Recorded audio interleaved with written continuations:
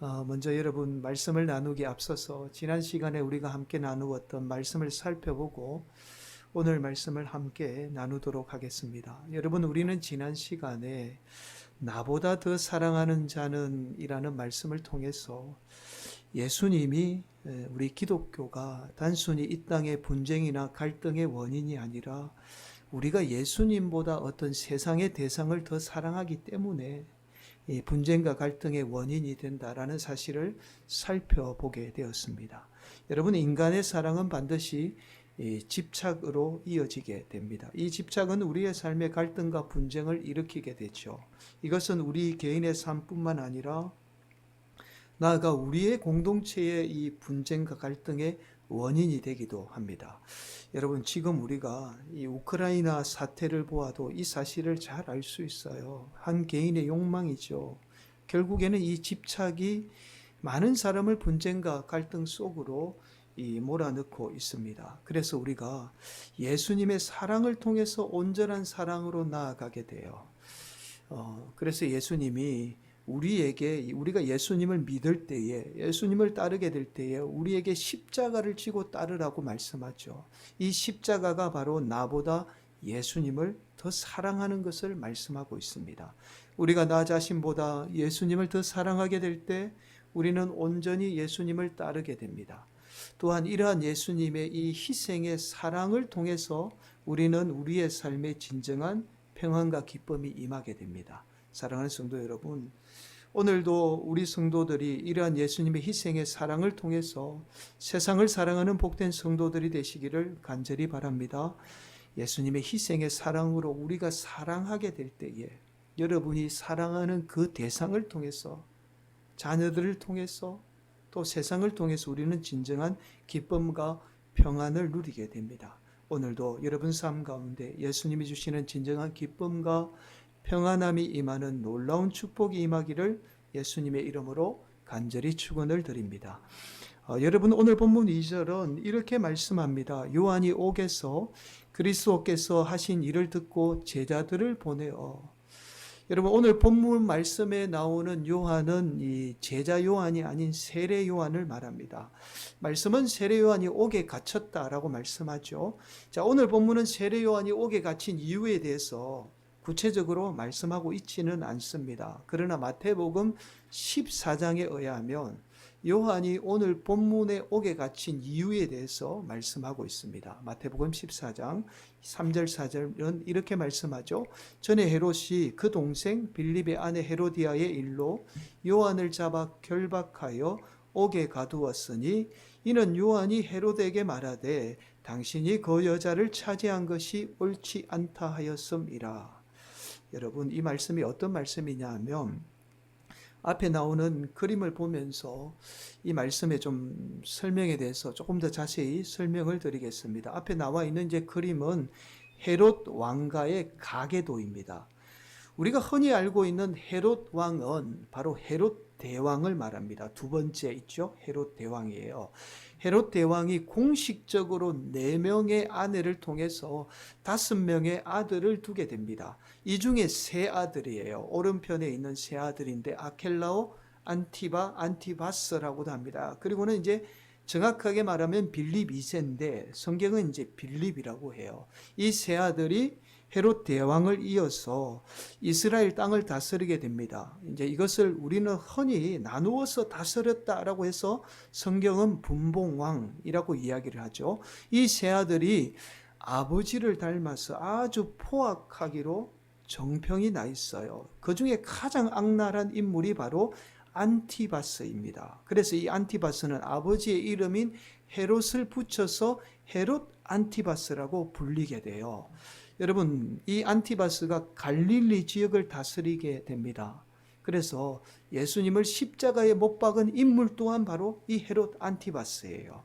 이 헤롯 안티바스가 형인 빌립 1세로부터 형의 아내인 이 헤로디아를 빼앗아 자신의 아내로 맞아들이게 되죠. 자, 그러자 세례 요한이 이 일을 두고 헤롯 안티바스를 공개적으로 비난하고 다니기 시작해요. 자, 이 비난으로 인해서 세례 요한은 헤롯 안티바스에 의해서 옥에 갇히게 됩니다. 자, 바로 오늘 본문이 이러한 배경을 가지고 있습니다. 여러분, 세례 요한이 헤롯 안티바스를 비난한 일로 인해서 옥에 갇히게 되자 이 세례 요한이 제자들을 보내서 예수님에게 이렇게 지금 묻고 있어요. 3절 한번 보실까요? 예수께 여짜오되 오실 그이가 당신이오니까 우리가 다른 일을 기다리오리이까. 자, 여러분, 세례 요한이 자신이 전혀 예상하지 못한 일로 인해서 감옥에 갇히게 되자 예수님에게 뜻밖의 질문을 합니다. 바로 오실 메시아가 예수님 맞느냐? 당신이 맞습니까? 라는 질문이에요. 여러분, 우리는 여태껏 세례 요한 하면 공개적으로 예수님이 메시아다라는 사실을 사람들에게 외치고 다녔던 인물로 알고 있어요.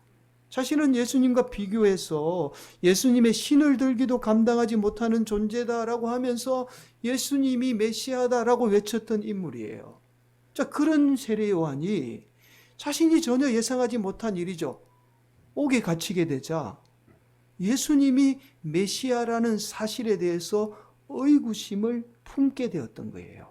자, 이런 세례 요한의 모습을 보고는 예수님이 이렇게 말씀하죠. 6절입니다. 함께 우리 봉독할까요? 시작. 누구든지 나로 말미암아 실족하지 아니하는 자는 복이 있도다 하시니라. 여기에서 실족이라는 말이 스칸달리조라는 말인데 우리말로 쉽게 말씀드리면 낙심하다 라는 말이에요. 예수 믿는 것으로 인해서 낙심하지 않는 자는 복이 있다는 말씀이죠. 옥에 갇혀서 지금 이 세례 요한이 실족해 있는 이 세례 요한의 모습을 보면서 예수님이 예수 믿는 것 때문에 낙심하지 않는 자는 반드시 복을 받게 된다라는 사실을 지금 예수님이 말씀하고 있습니다. 그러면서 예수님이 무리를 향해서 이런 말씀을 해요. 7절 8절 말씀이죠. 그들이 떠나매 예수께서 무리에게 요한에 대하여 말씀하시되 너희가 무엇을 보려고 강야에 나갔더냐? 바람에 흔들리는 갈대냐? 그러면 너희가 무엇을 보려고 나갔더냐? 부드러운 옷 입은 사람이냐? 부드러운 옷을 입은 사람들은 왕궁에 있느니라. 여러분, 사람들이 세례 요한을 보기 위해서 강야로 몰려간 이 사건을 두고 이야기하고 있어요. 사람들이 세례 요한이 선지자다라고 그러니까 이 세례 요한의 말씀 한마디를 듣기 위해서 강야로 수많은 사람들이 몰려가게 되죠. 어떤 세상의 화려한 권력을 가진 왕을 보기 위해서 강야로 몰려간 것이 아니라 어떻게 해요? 선지자로 통해서 하나님의 말씀을 듣기 위해서 사람들이 세례 요한을 선지자라고 칭송하니까 그 세례 요한을 보기 위해서 사람들이 강야로 몰려가게 되었다라는 사실을 지금 말씀하고 있는 거죠. 그리고는 이어서 예수님이 이렇게 말씀해요. 10절입니다. 기록된 바 보라 내가 내 사자를 내 앞에 보내노니 그가 내 길을 내 앞에 준비하리라 하신 것이 이 사람에 대한 말씀이니라. 여러분, 이 말씀은 구약 말씀이죠. 말라기 3장 1절의 말씀을 인용해서 선지자인 세례 요한이 예수님 메시아 오기 전에 외친 인물이 세례 요한이고 세례 요한이 외쳤던 이 메시아가 바로 예수님이라는 사실을 지금 말씀하고 있는 거죠. 자, 결국 예수님이 11절에서 이렇게 말씀합니다. 내가 진실로 너희에게 말하노니 여자가 낳은 자 중에 세례 요한보다 큰 이가 일어남이 없도다. 그러나 천국에서는 극히 작은 자라도 그보다 크니라. 이 말씀은 이런 말씀이에요. 비록 세례 요한이 세상에서 선지자로 가장 큰 자로 칭송을 받았지만 천국에서는 어떤 자라고요? 극히 작은 자라는 사실을 말씀합니다. 여러분, 이 말씀이 무슨 말씀일까요? 세례 요한이 세상에서 아무리 큰 자라고 칭송을 받았지만 예수님을 믿지 못하고 실족하게 되면 천국에서는 극히 작은 자에 불과하다라는 사실을 지금 말씀하고 있는 거죠. 자, 그러면서 예수님을 믿지 못하는 당시 사람들을 이 피리를 불어도 춤을 추지 못하는 사람들에 대한 비유로 말씀합니다. 여러분, 예수님이 예수님을 믿지 못하는 당시 사람들에 대해서 이렇게 말씀해요. 17절 말씀이죠. 이르되 우리가 너희를 향하여 피리를 불어도 너희가 춤추지 않고 우리가 슬피 울어도 너희가 가슴을 치지 아니하였다 함과 같도다. 예수님이 당시 사람들에게 아무리 기적을 행하고 이적을 행해도 기뻐하지 못하고 심지어 믿지 못하는 그들의 모습을 이 비유의 말씀을 통해서 잘 보여주고 있습니다. 여러분, 이러한 모습은 오늘날 우리 성도들의 모습을 그대로 반영하고 있어요. 오늘날 많은 성도가 예수님을 믿으면서도 여전히 기뻐하지 못하는 안타까운 모습을 그대로 지금 말씀하고 있습니다. 사랑하는 성도 여러분, 오늘 말씀은 세례 요한이 자신이 예상하지 못했던 일로 인해서 옥에 갇히게 되자 실족한 나머지 예수님마저도 믿지 못하는 이 세례 요한의 모습을 통해서 우리가 예수님에 대해서 실족하지 않고 어떤 상황 때문에 실족하지 않고 예수님을 끝까지 붙들게 되면 우리는 반드시 복을 받게 된다라는 사실을 말씀하고 있습니다. 여러분, 세례 요한은 예수님뿐만 아니라 세상 사람들로부터 여자가 낳은 자 중에 가장 큰 자라고 칭송을 받던 인물이에요. 그러나 그가 예상하지 못한 일로 인해서 실족하며 예수님마저도 불신하게 되자 예수님은 세상에서 아무리 큰 자라고 해도 천국에서는 보잘것없는 인물에 불과하다라는 사실을 말씀하고 있습니다. 여러분, 우리가 살아가면서 실족하는 이유가 크게 두 가지죠. 첫 번째는 우리가 전혀 예상하지 못한 일들을 만나게 될 때 우리는 실족하게 돼요. 가령 예를 들어서 전혀 예상하지 못한 질병을 만나게 될 때 이 예상하지 못한 질병이나 사건들을 경험하게 되면 우리는 실족하게 됩니다. 내가 왜 예수님을 믿었지? 내가 이러려고 예수 믿었나? 라는 생각을 하게 되죠. 오늘 본문에서 세례 요한이 예수님에 대해서 실족했던 이유죠. 또 하나는 기대했던 일들이 이루어지지 않을 때 우리는 실족하게 돼요. 여러분, 세례 요한은 예수님을 통해서 기대하고 소망하는 일들이 있었어요. 바로 메시아가 이 땅에 임하게 되면 어떤 정치적인 기대와 소망을 꿈꾸고 있었던 거예요. 예수님이 메시아가 임하면 자신들의 나라가 속국에서 해방이 될 거고 이제는 이 나라 국민들이 고통을 안 당해도 될 거라는 그런 기대와 정치적인 소망이 있었던 겁니다. 그러나 그 일들이 이루어지지 않고 오히려 자신마저도 옥에 갇히게 되자 예수님을 향해서 실족하게 되었던 거죠. 사실 많은 분이 오늘 본문의 세례 요한처럼 예수님을 믿는 목적도 어떤 삶의 기대와 소망을 가지고 우리가 예수님을 믿게 됩니다. 내가 예수님을 믿으면 예수님이 나에게 주시는 어떤 세상적인 복들을 기대하면서 예수님을 믿게 돼요. 대부분 오늘날 성도들이 예수님을 믿으면서 가지는 태도가 바로 이런 태도를 가지고 예수님을 믿습니다. 여러분, 이것을 어려운 말로 보상심리라고 해요. 여러분, 그러나 이런 태도는 우리 신앙에 있어서 올바른 태도가 아닙니다. 여러분, 이러한 태도가 오히려 우리가 신앙생활을 하면서 끊임없는 실족으로 이어지게 돼요. 많은 성도가 신앙생활을 하면서 피리를 불어도 춤을 추지 못하는 이유가 바로 여기 있어요.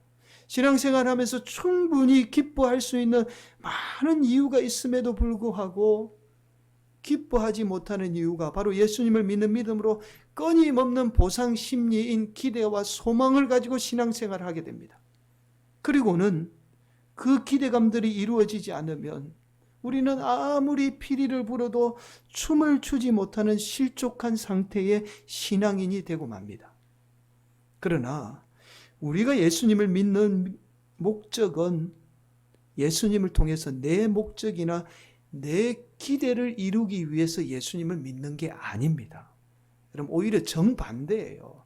나를 통해서 하나님의 목적이나 기대가 이루어지기를 소망하는 것이 바로 우리가 예수 믿는 목적이에요. 이러한 올바른 신앙의 개념을 가지게 되면 우리가 살아가면서 우리를 실족하게 하는 이 두 가지 문제는 완전히 해결된다는 사실을 깨닫게 되죠. 우리가 전혀 예상하지 못했던 일들을 통해서 우리가 실족할 이유가 없다는 사실을 깨닫게 돼요.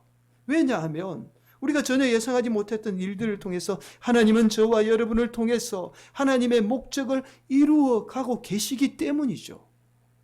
앞서서 말씀을 드렸죠. 신앙은 내 기대와 내 소망을 이루는 것이 아니라 나를 통해서 하나님의 목적을 이루어가는 것이 바로 신앙이에요. 오늘도 우리가 당하는 전혀 예상하지 못했던 일들에 대해서 우리는 알 수 없지만, 그러나 하나님은 반드시 그 일들을 통해서 하나님의 목적을 이루어가게 됩니다. 또한 우리를 실족케 하는 일이 우리의 기대가 이루어지지 않을 때이죠. 우리의 기대와 소망이 이루어지지 않는다라는 말은 반대로 생각해 보면 바로 하나님의 기대와 소망이 저와 여러분의 삶을 통해서 이루어져 가고 있다라는 말이에요. 비록 지금 내 삶이나 내 자녀들의 삶이 내가 기대하고 소망하는 대로 이루어지지 않아도 하나님은 오늘도 살아계셔서 저와 여러분의 삶을 통해서, 심지어 우리 자녀들을 통해서 하나님의 기대와 소망은 이루어져 가고 있습니다. 여러분, 20세기가 들어오면서 실존주의라는 사상이 세상을 지배하게 되어 눈에 보이는 것만 믿는 사상이 지배하게 됩니다. 눈에 보이는 것은 존재하지 않는 거야 라는 실존주의가 세상을 지배하게 되죠. 이러한 실존주의 사상에 의해서 기독교 신앙마저도 세상으로부터 외면을 당하게 됩니다. 이러한 실존주의에 따라서 외면당한 신앙의 세계와 세상을 연결하신 분이 있는데, 이분이 폴 틸리라는 신학자예요. 폴 틸리는 우리의 삶의 역설이죠. 역설을 통해서 신앙의 세계에 관해서 이야기하신 분입니다. 예를 들어서 우리가 확신하는 하나님에 대한 이 하나님은 어떤 대상을 만들어서 우리가 하나님이라는 우상을 만들게 된다라고 그렇게 말해요. 쉽게 말씀을 드리면 이런 거죠. 하나님은 반드시 이렇게 할 거야. 하나님은 반드시 이렇게 해 주실 거야 라고 우리가 생각하는 것들이죠. 개념들이죠. 이것마저도 사실은 인간이 만들어낸 하나님에 대한 우상에 불과하다라는 거예요. 그래서 이분이 아주 의미 있는 말을 해요. 이런 말을 합니다. 자, 앞에 한번 보실까요? 내가 하나님을 믿는 것이라기보다는 삶이 나로 하여금 하나님을 믿게 한다.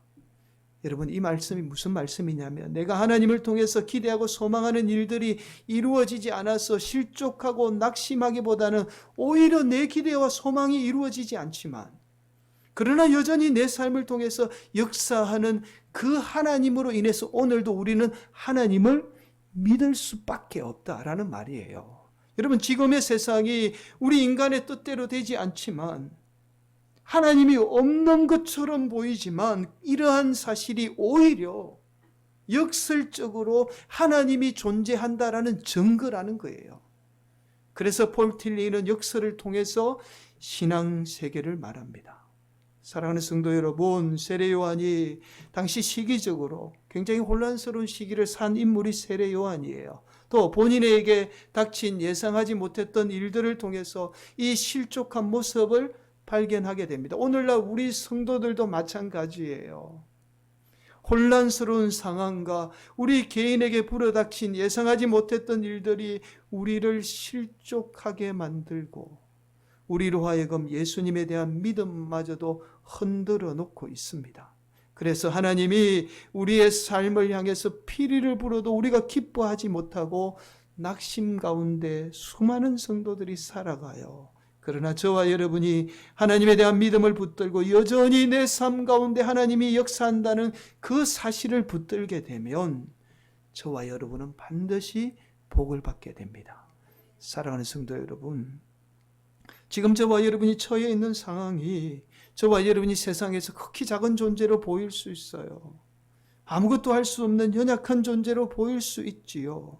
그래서 우리로 실족하게 만듭니다. 그러나 저와 여러분이 실족하지 않고 예수님을 믿는 믿음으로 이 땅에서 천국을 소유하게 되면 저와 여러분은 세례 요한보다 큰 존재로 살아가게 돼요. 오늘도 우리 성도들이 어떠한 실족하는 일들이 있어도 예수님의 믿음을 붙들고 승리할 때에 이 놀라운 하나님의 은혜가 저와 여러분 삶 가운데 임하기를 예수님의 이름으로 간절히 축원을 드립니다.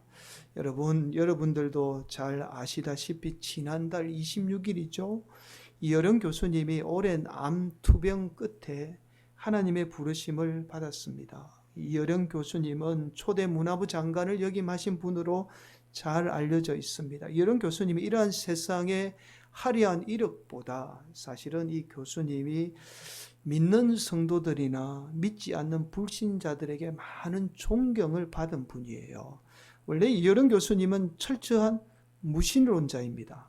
하나님을 믿는다는 것은 무식한 사람이나 아니면 연약한 사람들이나 믿는 미신점으로 생각했던 분입니다. 이런 이효령 교수님을 하나님을 믿게 한 분이 바로 이효령 교수님의 따님인 이민아 목사입니다. 원래 이분은 목사가 아니었어요. 이분은 이제 미국에서 그 어렵다는 로스쿨을 나와서 이제 검사로 출신이죠. 활동하신 분이에요. 미국에서 이혼한 후에 자녀를 홀로 키우면서 미국에서 그렇게 어렵다는 검사가 됩니다. 이민아 목사님은 자신의 자녀에게 장애가 있다는 장애 진단을 받고는요, 모든 것을 다 내려놓고 자녀의 치료를 위해서 하와이로 이주를 하게 됩니다.